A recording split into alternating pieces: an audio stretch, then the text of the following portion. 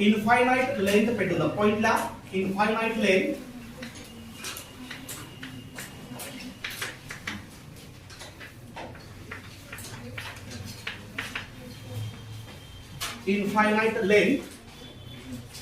Pendulum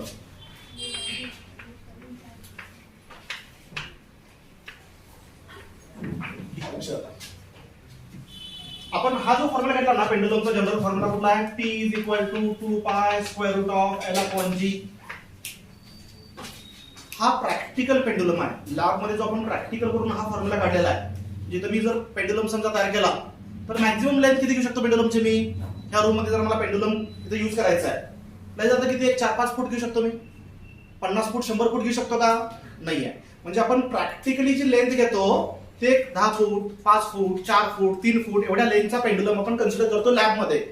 तर त्याच्यासाठी हा फॉर्म्युला आपण डिराइव्ह केला.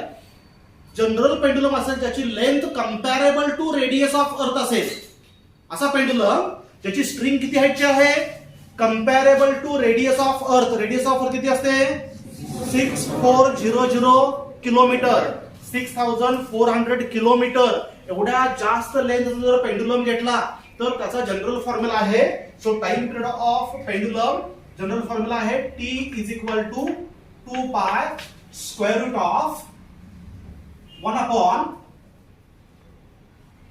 G into bracket 1 upon L plus 1 upon R. हा एक फॉर्म्युला तुम्हाला लक्षात ठेवावा लागेल. लिहून घ्या फॉर्म्युला तो. Length time period of pendulum म्हणा whose radius is comparable to radius of earth. एक सेंटेन्स ला, time period of pendulum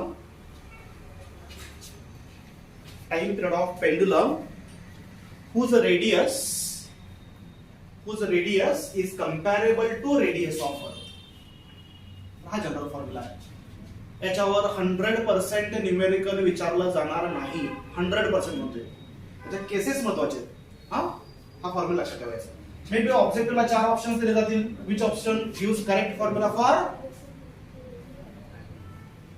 pendulum having length comparable to radius.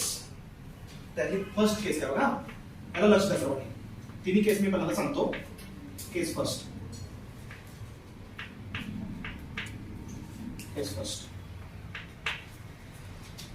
हा जनरल फॉर्म्युला आहे. समजा याच्यामध्ये घेतलं मी, length is very very small as compared to radius of earth. पहिली केस लिहू नका, सर्वांना लक्ष द्या समोर. तिन्ही केसेस मी डिस्कस करतो पहिला. हा जनरल फॉर्म्युला. त्याच्यामध्ये जी लेंथ आहे पेंडुलमची ती कंपॅरेबल आहे. मे बी कमी पण असू शकते, जास्त पण असू शकते, एक्झॅक्टली इक्वल असू शकते. अशा 3 केसेस घ्यायच्या आहेत. If length of the pendulum is very very small, negligibly small as compared to radius of earth, extremely small as compared to radius of earth, म्हणजे कुठलं, तर आपण लॅब मध्ये जो प्रॅक्टिकली पेंडुलम वापरत होतो, म्हणजे अर्थची जी रेडियस आहे त्याच्या कंपॅरेटिव्हली 1 मीटर निग्लिजिबली स्मॉल आहे, 2 मीटर निग्लिजिबली स्मॉल आहे. माझ्यासाठी फॉर्म्युला कुठला यूज करायचा, तर हा जनरल फॉर्म्युला मी इथे यूज करतो बघा. याच्यामध्ये लेंथ एक्स्ट्रीमली स्मॉल असेल तर बघा 1 अपॉन L, 1 अपॉन L आणि 1 अपॉन R. ह्याच्यामध्ये 1 अपॉन L एक्स्ट्रीमली लार्ज असणार. रेसिप्रोकल घेतला दोन्हीकडे. म्हणजे R एक्स्ट्रीमली लार्ज असेल तर 1 अपॉन R एक्स्ट्रीमली स्मॉल येणार. हा एक्स्ट्रीमली स्मॉल असेल तर 1 upon R can be neglected as compared to 1 upon L. वरचा फॉर्म्युला बघा.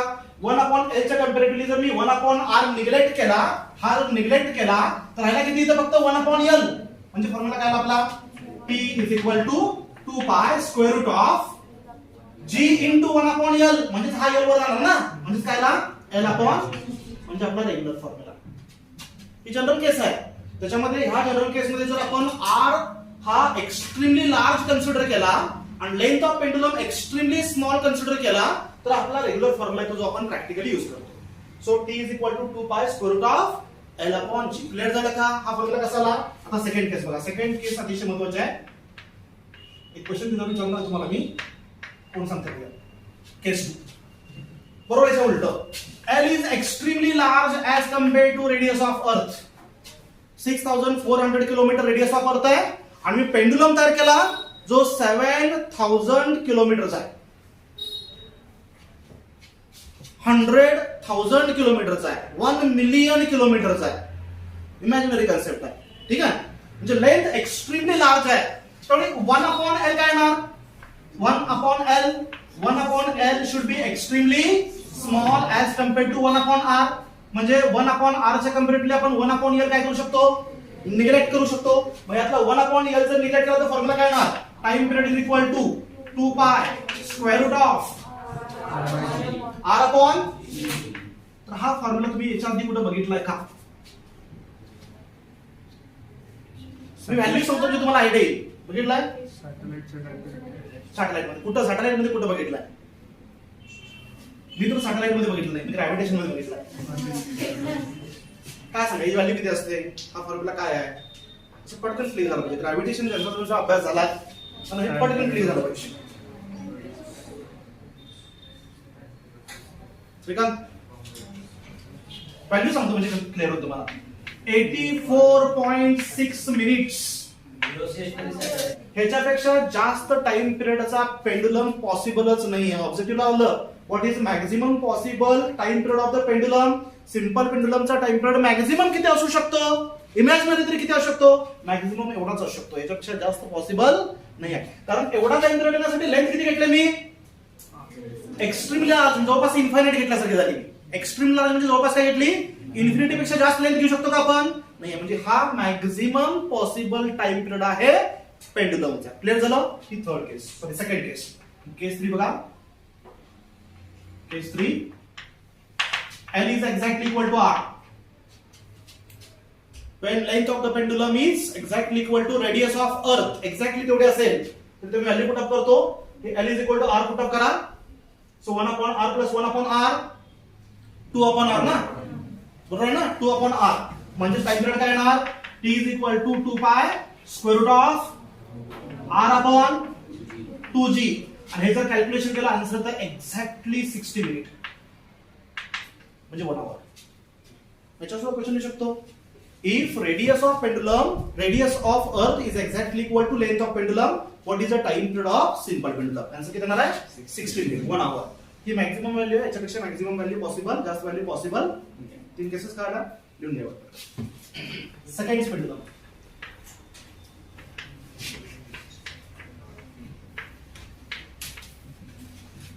दोन मिनिट राऊंड लक्ष द्या. ऑब्जेक्टिव्ह साठी एक सिंपल क्वेश्चन विचारता येतो.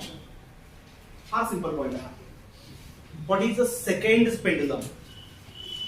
The simple pendulum whose time period is 2 seconds. The simple pendulum whose time period is 2 seconds is called as a second pendulum. वेगळं काही नाही याच्यामध्ये, डेरिव्हेशन नाही, काही नाही. सिंपल पेंडुलमचा टाइम पिरियड 2 सेकंद असेल तर त्याला काय म्हणायचं, सेकंड पेंडुलम. आपला टाइम पिरियडचा फॉर्म्युला काय आहे, T is equal to 2 pi square root of L upon G. हा जर सेकंड पेंडुलम असेल तर T ची व्हॅल्यू किती येणार, 2 सेकंद. मी पुट अप करतो, T is equal to 2. So 2 is equal to 2 pi square root of L upon G. 2 gets cancel, squaring on both sides. So 1 is equal to काय येणार, pi square L upon G. याच्यावरून L काय येणार, L is equal to G upon. याच्यावर numericals विचारले गेलेले आहेत, CET ला विचारले गेलेले आहेत, नीटला सुद्धा येऊ शकतात, जेई मेन्स ला येऊ शकतात. Length of second pendulum, this is called as a length of second pendulum. कारण तर टी ची व्हॅल्यू 2 घेतल्यानंतर हा फॉर्म्युला आलाय. This is called as a length of second pendulum. आता मला सांगा जी ची व्हॅल्यू किती असते, 9.81. आणि पाय स्क्वेअर ची व्हॅल्यू किती असते, पाय स्क्वेअर ची व्हॅल्यू 9.87 असते. लक्षात ठेवा, पाय स्क्वेअर ची व्हॅल्यू 9.87 असते. हे कॅल्क्युलेशन केलं तर आन्सर जवळपास काय येतं बघा, नियरली इक्वल टू 1 येतं ना, कंपॅरेबल आहे. ऍक्च्युअली आन्सर आहे ते 0.993 आहे मीटर मध्ये, म्हणजे नियरली इक्वल टू 1 मीटर. मग असा क्वेश्चन येऊ शकतो, what is the length of second pendulum on the surface of earth, nearly equal to 1 metre. असा क्वेश्चन विचारला, what is the length of second pendulum on moon. एक pendulum oscillate केला मी मूनवर आणि तो टाइम पिरियड 2 सेकंद दाखवतो, तर त्याची लेंथ किती पाहिजे, हा फॉर्म्युला विचारायला लागेल ना. टाइम पिरियड 2 म्हणजे हार्ड फॉर्म्युला यूज करायचा लेंथ साठी. सो जी अपॉन पाय स्क्वेअर, मूनवर म्हणजे जी ची व्हॅल्यू वेगळी असणार.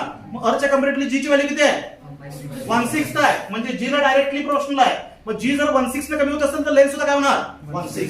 So length of second pendulum on the moon is equal to 1/6 of metre. 1/6 into 1 metre. Clear झालं का. हे दोनच क्वेश्चन याच्यामध्ये आहेत. Length of second pendulum on the surface of earth किती असणार, नियरली इक्वल टू 1 मीटर. आणि length of second pendulum on the surface of moon असेल तर किती असणार आहे 1/6 ऑफ 1 मीटर. आणि दुसरा कुठला प्लॅनेट दिला ज्युपिटर आहे. ज्युपिटरवर सेकंड पेंडुलमची लेंथ किती असेल तर ज्युपिटरवरचा जी तुम्हाला दिला जाईल डायरेक्ट फॉर्म्युला यूज करायचा g/π². क्लिअर झालं घेऊन घ्या बरं. एक सेंटेन्स घ्या मला पॉइंट मध्ये. The simple pendulum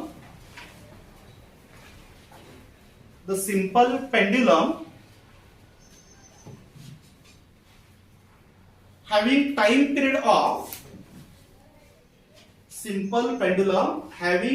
period of 2 seconds. Simple pendulum having time period of 2 seconds is called as seconds pendulum.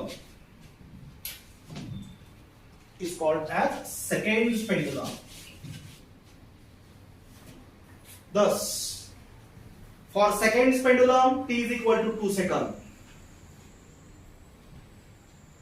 Thus, for seconds pendulum, t is equal to 2 seconds. Next line ला हे तीन फॉर्म्युले घ्या.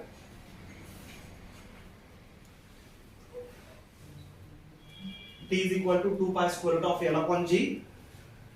t ची value 2 put up करा, simplify करा आणि लेंथचा formula.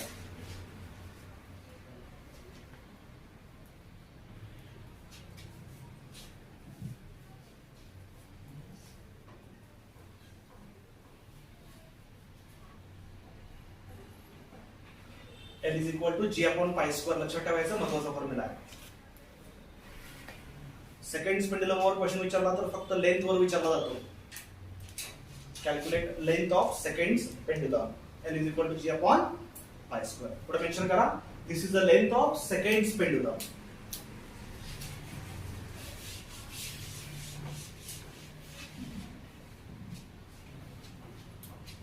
Next लाईनला on the surface of earth हे झालं ना.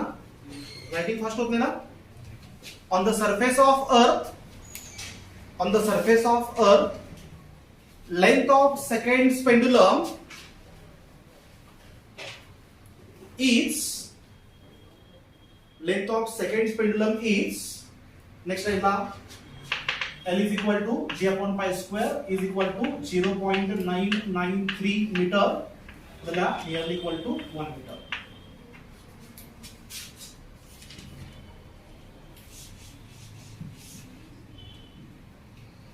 And on the surface of moon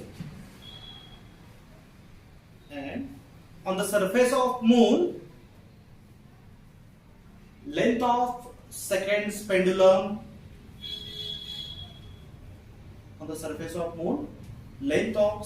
pendulum will be nearly equal to 1/6 of meter. 1/6 of meter. तर नोटबुक बंद करा. समोरचा एक मोठा पॉइंट आपल्याला घ्यायचा आहे.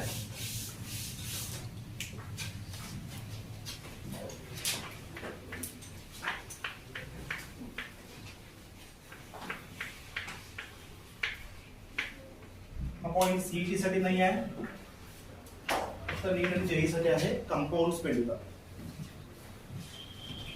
आता थेरॉटिकल क्वेश्चन आला तर सीईटी ला येऊ शकतो पण टेक्स्ट बुक मध्ये हा पॉइंट नाही आहे.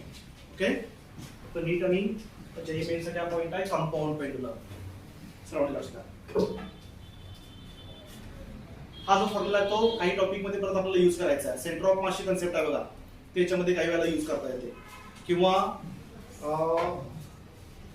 सेक्शन 2 मध्ये मॅग्नेटिझमचा एक टॉपिक आहे बार मॅग्नेटचे ऑसिलेशन्स. हा ते अँग्युलर एसएचएम्स असतात तिथं पण आपल्याला ही कन्सेप्ट यूज करता येते कंपाऊंड पेंडुलमची. कशी यूज करायची कन्सेप्ट मी तुम्हाला सांगतो. पहिला आपण पॉइंट बघूया. What is compound pendulum.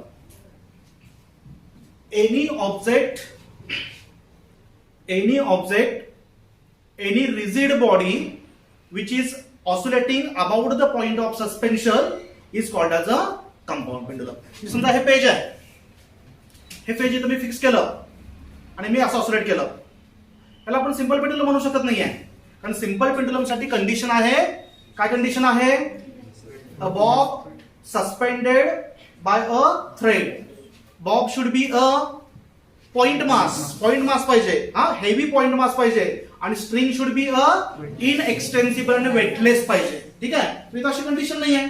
मेटलची plate आहे माझ्याकडं, ती मी ऑसिलेट केली तर त्याला आपण कंपाऊंड पेंडुलम म्हणू शकतो. एनी शेपची रिजिड बॉडी असेल which is performing oscillatory motion is called as a compound pendulum. Half disc आहे समजा, हा एक क्वेश्चन आहे बघा नीटचा लेवल 2 चा जेई मेन्स जेई ऍडव्हान्सचा क्वेश्चन आहे. ही अशी हाफ डिस्क आहे आणि तुम्ही फिक्स केली आणि ती अशी ऑसिलेट होते, त्याचा टाइम प्लॉट करा. त्याच्यामध्ये कंपाऊंड पेंडुलमची कन्सेप्ट आणि सेंटर ऑफ मासची कन्सेप्ट त्याच्यामध्ये आपण यूज करू शकतो. ठीक आहे. कंपाऊंड पेंडुलम काय आलं का? Any object having any shape any rigid body which is oscillating about the point of suspension is called as a compound pendulum. मग कंपाऊंड पेंडुलम हा angular simple harmonic motion perform करतो, जो आपल्याला अजून माहित नाही आहे. आपण linear simple harmonic motion study केलं. So what is linear SHM? तो पॉइंट बघूया आपण. Linear SHM simple harmonic motion, आणि इकडे आपण बघूया angular SHM simple harmonic motion. Analogy फक्त फॉर्म्युला बघायचे. So what is linear SHM? म्हणजे आतापर्यंत तुम्ही सगळं स्टडी केलं ना, हे सगळं लिनियर एसएचएम आहे. To and fro motion or up and down motion about the mean position in which force is directly proportional to displacement and oppositely directed to displacement. The formula काय आहे? F is proportional to minus of x. So F is equal to minus kx. बरोबर ना? आणि acceleration चा formula काय आहे? A is equal to minus omega square x. Differential equation काय आहे? d2x by dt square plus omega square x is equal to. एवढं आपण स्टडी केलं बेसिक लिनियर एसएचएम मध्ये. Point along the straight line move आला आहे. तर pendulum सुद्धा बघा, पेंडुलम जरी असा मूव्ह असला तरी आपण स्मॉल अँप्लिट्यूड घेतोय, त्यामुळे तो स्ट्रेट लाईनच असणार आहे ना. तो जास्त असा मूव्ह असेल along the arc, it is not a simple harmonic motion. हा समजा एक हा चॉक आहे किंवा हा बार मॅग्नेट आहे, स्टँडर्ड एक्झाम्पल आहे बार मॅग्नेटचं. समजा हा बार मॅग्नेट आहे, सर्वांना माहिती आहे ना बार मॅग्नेट समजा असं ठेवलाय आपण आणि मॅग्नेटिक फील्ड अप्लाय केली. ही भिंत म्हणजे नॉर्थ पोल आहे, इकडची भिंत म्हणजे साऊथ पोल आहे. हा आणि हा बार मॅग्नेट असा ठेवला, तो काय राहतो? नॉर्थ साऊथला असा राहतो. आणि थोडासा मी असं डिस्प्लेस केला आणि सोडला तर तो असं ऑसिलेट होणार ना, कारण जेव्हा मॅग्नेटिक फोर्स ऍक्टिव्ह आला आहे. नंतर तुम्हाला हे डेरिव्हेशन पण डिराइव्ह करून दाखवतो याचा फॉर्म्युला टाइम पिरियडचा. तर ही जी मोशन आहे ती अशी आहे, मी अलॉंग द स्ट्रेट लाईन व्हाले का नाही, about the point it performs angular motion. प्रत्येक पॉइंट असा अलॉंग द आर्क मूव्ह आला बघा, तर ह्याला म्हणायचं angular simple harmonic motion. Body moves along the arc, it performs oscillatory motion simple harmonic motion along the arc, that is called as angular simple harmonic motion. लक्षात ठेवायला फार simple आहे, सगळे फॉर्म्युले आहे असेच आहेत, फक्त नोटेशन वेगळे आहेत. मला सांगा लिनियर एसएचएम मध्ये मोशन मध्ये नेण्याचं काम कोण करतं? बॉडीला फोर्स. तसं रोटेशनल मोशन मध्ये नेण्याचं काम कोण करतं? Torque.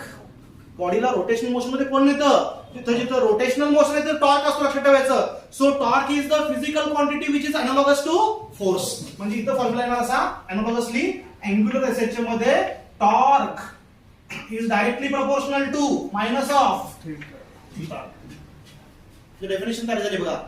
What is angular SHM? The simple harmonic motion along the arc in which torque or angular acceleration are directly proportional to angular displacement and oppositely directed to angular displacement. Definition तीच आहे, फक्त लिनियरच्या ऐवजी मी angular शब्द वापरला आणि फोर्सच्या ऐवजी torque वापरला. एक्सेलरेशनच्या ऐवजी काय केलं? अँग्युलर एक्सेलरेशन वापरलं. काय का? इथं डेफिनेशन काय आहे? फोर्स और linear acceleration are directly proportional to linear displacement and oppositely directed to linear displacement. इथं टॉर्क और angular acceleration are directly proportional to angular displacement and oppositely directed to angular displacement. That motion is called as a angular simple harmonic motion. Okay, हा formula कसा आहे सांगा बघूया. F च्या ऐवजी 2 is equal to minus K च्या ऐवजी एक वेगळं नोटेशन येणार मी. ह्या K ला आपण काय म्हणतो? फोर्स कॉन्स्टंट आहे, म्हणजे टॉर्क कॉन्स्टंट. हा K म्हणजे काय? Force per unit displacement. हा काय असणार आहे? Torque per unit displacement. सगळे नोटेशन सेम आहे, सिग्निफिकन्स सेम आहे, फक्त रोटेशन मधले क्वांटिटीज येणार, रोटेशन मधले नोटेशन येणार. हा फॉर्म्युला आहे मला कसा सांगा बघूया. हे लिनियर एक्सेलरेशन आहे अल्फा येणार. हा इज इक्वल टू काय येणार? मायनस. इथं आता रोटेशन मध्ये ओमेगा असतोच ना, लिनियर मध्ये पण ओमेगा आहे आणि रोटेशन मध्ये पण ओमेगा आहे, म्हणजे हा मायनस ओमेगा स्क्वेअर थीटा. हा फॉर्म्युला नंतर यूज करायचा आहे लेवल 2 चे क्वेश्चन सोडवण्यासाठी. जेई म्हणजे ऍडव्हान्सचे क्वेश्चन्स आणि नीट मधले लेवल 2 चे क्वेश्चन सोडवण्यासाठी हा फॉर्म्युला पुढे यूज करायचा आपला कंपॅरिझनला. So angular acceleration is equal to minus omega square theta. हा एक फॉर्म्युला लक्षात ठेवा. आणि हे क्वेश्चन कसं येणार? सेम असं देणार d2 theta upon dt square plus omega square theta is equal to 0. This is called as a differential equation of angular simple harmonic motion. पटकन एवढं लिहून घ्या. म्हणजे पुढे आपण मेन पॉइंट करूया. कंपाऊंड पेंडुलम मध्ये म्हणा किंवा एक्स्ट्रा पॉइंट म्हणा एवढं लिहून घ्यायचं. आणि हे माहित असेल तर हे इक्वेशन आपल्याला पुढे यूज करायचे. हे d2 theta by dt square काय असणार बघा? What is this? Rate of change of double rate of change of angular displacement. Angular acceleration. Angular acceleration.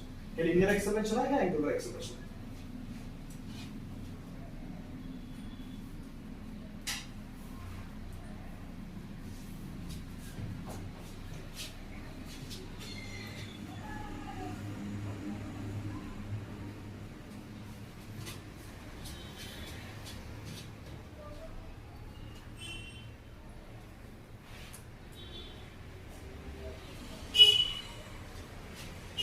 Linear SH मध्ये टाइम पिरियडचा बेसिक फॉर्म्युला काय सांगा बघूया? बेसिक फॉर्म्युला लिनियर एसएच मध्ये t is equal to 2 pi upon square root of acceleration per unit. कसं formula चिन्ह काय आहे? अँग्युलर एसएच मध्ये time period 2 pi upon square root of angular acceleration per unit angular displacement. तोच formula notation करतोय. इथं हा a अपॉन x असेल, इथं अल्फा अपॉन थीटा असेल, तर इकडे अल्फा अपॉन थीटा असेल. हवा असेल तर या, अदरवाइज पुढे आपण डायरेक्ट यूज करायचं.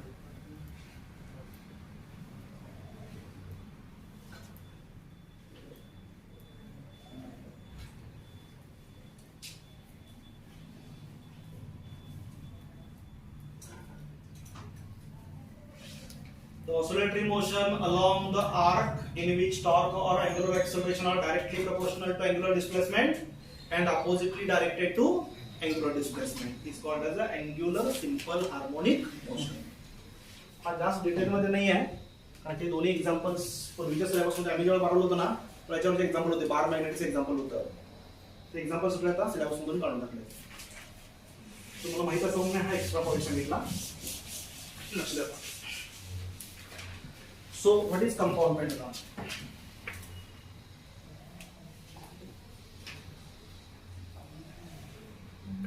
नई बॉडी आहे. This is a rigid body of any shape.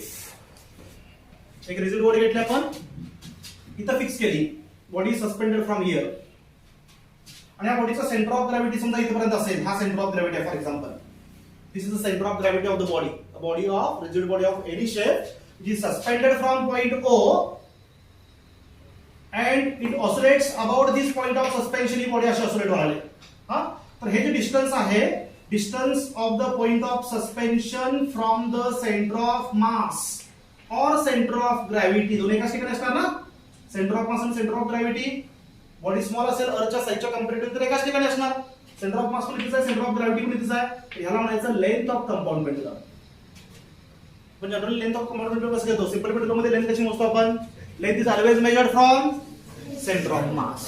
तसं ह्या बॉडीचा सेंटर ऑफ मास पूर्ण इथं आहे, तर सेंटर ऑफ मास पासून पॉइंट ऑफ सस्पेन्शनचं जे डिस्टन्स असेल त्याला म्हणायचं length of the compound pendulum. हा कंपाऊंड पेंडुलम आहे. आता लक्षात घ्या, हा असा ऑसिलेट होणार आहे आणि एक डिस्प्लेसर पोझिशन आहे, हा इकडे आलाय समजा. त्याचा डायग्राम काढतो बघा. डायग्राम मी थोडीशी वेगळी येऊ शकते.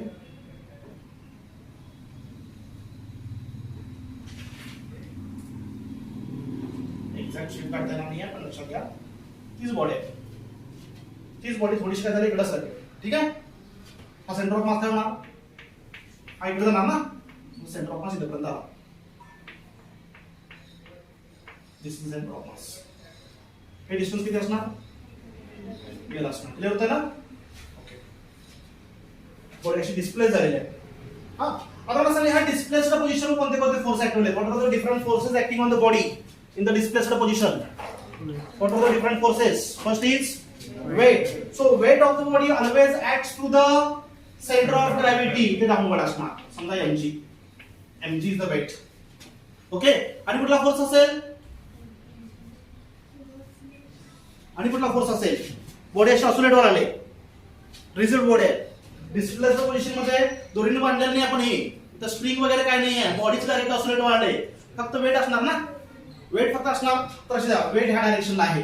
हा, आणि इथं मी हे जे डिस्टन्स आहे ते किती आहे, एल आहे. तर इथून मी नॉर्मल टाकला असा, इथं हा नॉर्मल टाकला, रेड कलर दाखवलेला बघा, तर याची लेंथ किती येऊ शकते, नॉर्मलची हे डिस्टन्स किती येऊ शकतं. Suppose this angular displacement is theta, pendulum is displaced by angle theta. हा सेंटर ऑफ ग्रॅव्हिटी कडे आला, इथून जर नॉर्मल टाकला या व्हर्टिकल लाईन वर, तर हे जे डिस्टन्स आहे किती असू शकतं, अँगलच्या अपोजिट साइड हा ट्रायंगल तयार झालाय, अपोजिट साइड म्हणजे काय, साइन येणार ना, हे डिस्टन्स किती एल आहे, हायपोटेन्यूज किती एल आहे, या किती आला एल साइन ऑफ थीटा. हे क्लियर होतंय का. So tell me what is torque acting on the body, body अशी डिस्प्लेस झाले तर ती खाली यायला बघणार ना, इकडे परत यायला बघणार, due to restoring torque, not force, restoring torque. Force इकडे खाली आहे, फोर्स एक्झॅक्टली खाली असेल तर इकडचा कंपोनंट काय येणार, या डायरेक्शनला झिरो येणार ना, इकडे कंपोनंट घेऊ शकतो आपण, पण या डायरेक्शनला झिरो येणार इकडे. ठीक आहे, पण तुम्हाला टॉर्क काढायचा आहे, because it is a angular simple harmonic motion, torque काढायचा आहे, restoring torque. So it is formula for restoring torque here. कोण सांगता बघूया, ह्या टॉपिक मधला नीट साठी महत्वाचा पार्ट म्हणजे प्रत्येकाला टॉर्क कॅल्क्युलेट करता आला पाहिजे. मागचे प्रिव्हियस इयरचे क्वेश्चन बघा, 10 वर्षांमध्ये 4 तर वेळा तुम्हाला टॉर्क वर क्वेश्चन विचारले गेले. कॅल्क्युलेट टॉर्क आपण लॉज ऑफ मोशन मध्ये बघितलेला आहे, कसं काढायचं टॉर्क इथं, how to calculate torque. Force into perpendicular distance. So force into perpendicular distance. हा बेसिक फॉर्म्युला आहे. सांगा, म्हणजेच momentum is equal to force किती आहे, mg. ज्या फोर्स मुळे तो रोटेट व्हायला किती आहे, mg. So mg okay into perpendicular distance कुठलं घ्यायचं, l sin theta. Perpendicular distance कसं काढायचं मी पुन्हा सांगतो, लक्षात द्या. पॉइंट ऑफ सस्पेन्शन, ठीक आहे, आणि फोर्सची लाईन, म्हणायचं line of action of force, ज्या डायरेक्शनला नेट फोर्स ऍक्ट होतो तर म्हणायचं line of action of force. तर ह्या line of action of force वर नॉर्मल टाकायचं डायरेक्ट पॉइंट ऑफ सस्पेन्शन वरनं. ही line of action of force अशी व्हर्टिकल आहे ना, याची, याच्यावर नॉर्मल टाकायचा पॉइंट ऑफ सस्पेन्शन वरनं. तर हे जे डिस्टन्स असेल, this is a minimum distance between point of suspension and line of action of force, त्यालाच म्हणायचं मोमेंट आर्म. मोमेंट आर्म म्हणजे काय, moment arm is minimum distance between point of suspension and line of action of force. या लाईनवर normal टाकायचं आहे, हेच distance बरोबर एवढंच येतं नाही तर, म्हणजेच किती आलं, L sine of theta. So L sine of theta म्हणजे टॉर्कचा फॉर्म्युला मिळाला, torque is equal to mgl into sin of theta if theta is very very small, sin theta can be taken as theta. Clear झालं हे. मग इथं काय formula बघा, हा रिस्टोरिंग टॉर्क असल्यामुळे minus m mass of the body constant आहे, length of the body constant आहे, जी कॉन्स्टंट आहे ते torque is directly proportional to angular displacement and oppositely directed to angular displacement. So this body performs नुसता simple harmonic आहे, angular simple harmonic motion. Clear झालं का, proof का आली, आता लक्षात द्या. बट वी नो, हा equation number 1, but we know 2 is equal to I alpha,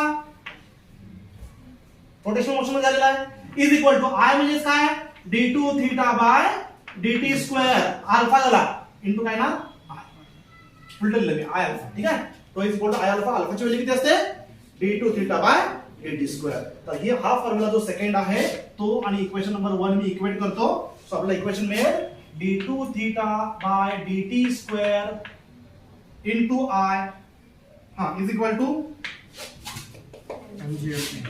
mgl into theta. फक्त मॅग्निट्यूड घेतलं किंवा असं घेऊ आपण मायनस, असाच फॉर्म्युला तिथला अर्धा बघा, आठवते का, d2x by dt square into m आलतं. Moment of inertia is the physical quantity which is analogous to mass in linear motion. Analogous फॉर्म्युले सगळे, इथे m आहे ना, आणि इथे mg into l into x आला होता डेरिव्हेशन मध्ये, पहिलं डेरिव्हेशन आपलं डिफरन्शियल इक्वेशन इथे x आला होता. ठीक आहे, आता काय करूया आपण, हा I डिवाइड घेतो. So d2 theta by dt square is equal to minus mgl upon I into काय आला, theta. So d2 theta by dt square plus mgl upon I into theta is equal to 0. असाच formula आपला d2 theta by dt square plus omega square x is equal to 0. मग standard equation मध्ये तुम्हाला सांगितलं की मी comparison केलं बघा, आपण इक्वेशन लिहून घेतलंय d2 theta by dt square plus काय घेतलंय तर ओमेगा स्क्वेअर. म्हणजे इनडायरेक्टली हा काय सांगा उद्या ओमेगा स्क्वेअर आहे. मग ओमेगा स्क्वेअर हा जर असेल तर ओमेगा काय लिहिणार मी square root of mgl upon I, बरोबर ना. हा ओमेगाला, पण ओमेगा म्हणजे काय असतो 2 pi upon t is equal to काय आला हा mgl अपॉन I. याच्यावरून टी काढायचं संपलं, डायरेक्ट फॉर्म्युला मिळाला. So what is time period of compound pendulum? हा इकडे आला 2 पाय, सांगा formula 2 pi into square root of I upon काय mgl upon I upon mgl. संपलं. हा झाला time period of compound pendulum. इथं I काय घ्यायचा, I काय घ्यायचा, एक थोडासा ट्विस्ट आहे फक्त. हा I काय घ्यायचा,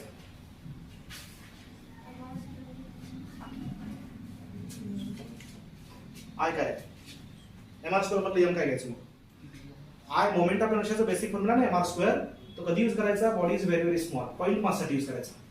मोठी बॉडी असेल तर मग ते प्रिन्सिपल ऑफ पॅरलल ऍक्सिस डिस्कला आपण mr स्क्वेअर वापरू शकतो का, नाहीये. तर मग रेग्युलर फॉर्म्युला यूज करा. पॉइंट मास असेल तरच mr square, mass into distance square. इथं मोमेंट ऑफ इनर्शिया काय, कुठला आहे मोमेंट ऑफ इनर्शिया. अबाउट सांगा काय घ्यायचं आहे. इथं बॉडी रिजिड असल्यामुळं डेफिनेटली शेपची नसल्यामुळे आपण सांगू शकत नाहीये. समजा असा असेल हाच क्वेश्चन, डिस्क आहे, लक्ष द्या, ही डिस्क आहे पूर्ण, आणि ही डिस्क काय केली, इथे मी मोळा मारला ऑन द पेरिफेरी, त्याच्या सर्कम्फरन्स वर मोळा मारला. ही डिस्क आहे पूर्ण आणि ते अशी फिरायला लागले लाईक दिस. आणि तुम्हाला विचारायचं टाइम पिरियड किती आहे, त्याला काय कन्सिडर करायचं, कंपाऊंड पेंडुलम. कुठला फॉर्म्युला यूज करायचा, हा यूज करायचा.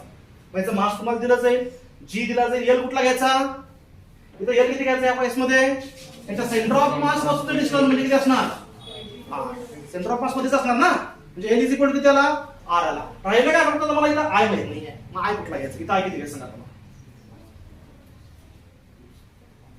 कोण सांगतो.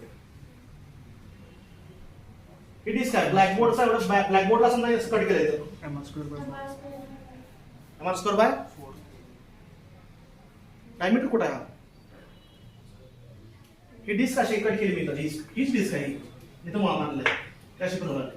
हा डायमीटर आहे का, हा ऍक्सिस मध्ये डायमीटर आहे का, हा चॉक डायमीटर आहे का, 3 square by 2. It is a tangent perpendicular to the plane passing through the circumference, आहे ना. मग डिस्कचा कुठला फॉर्म्युला, तर सेंटरचा फॉर्म्युला पहिला काय डिस्कचा, mr square by 2, mr square by 2 plus mr square 3 by 2 mr square.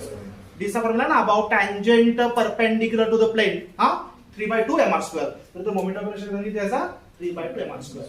तुम्हाला काय विचारलं इथं तुमचं कन्फ्युजन होऊ शकतं. तर हा फॉर्म्युला यूज करताना हा जो आय आहे, it is a moment of inertia of the body about axis passing through point of suspension, not about passing through centre of mass.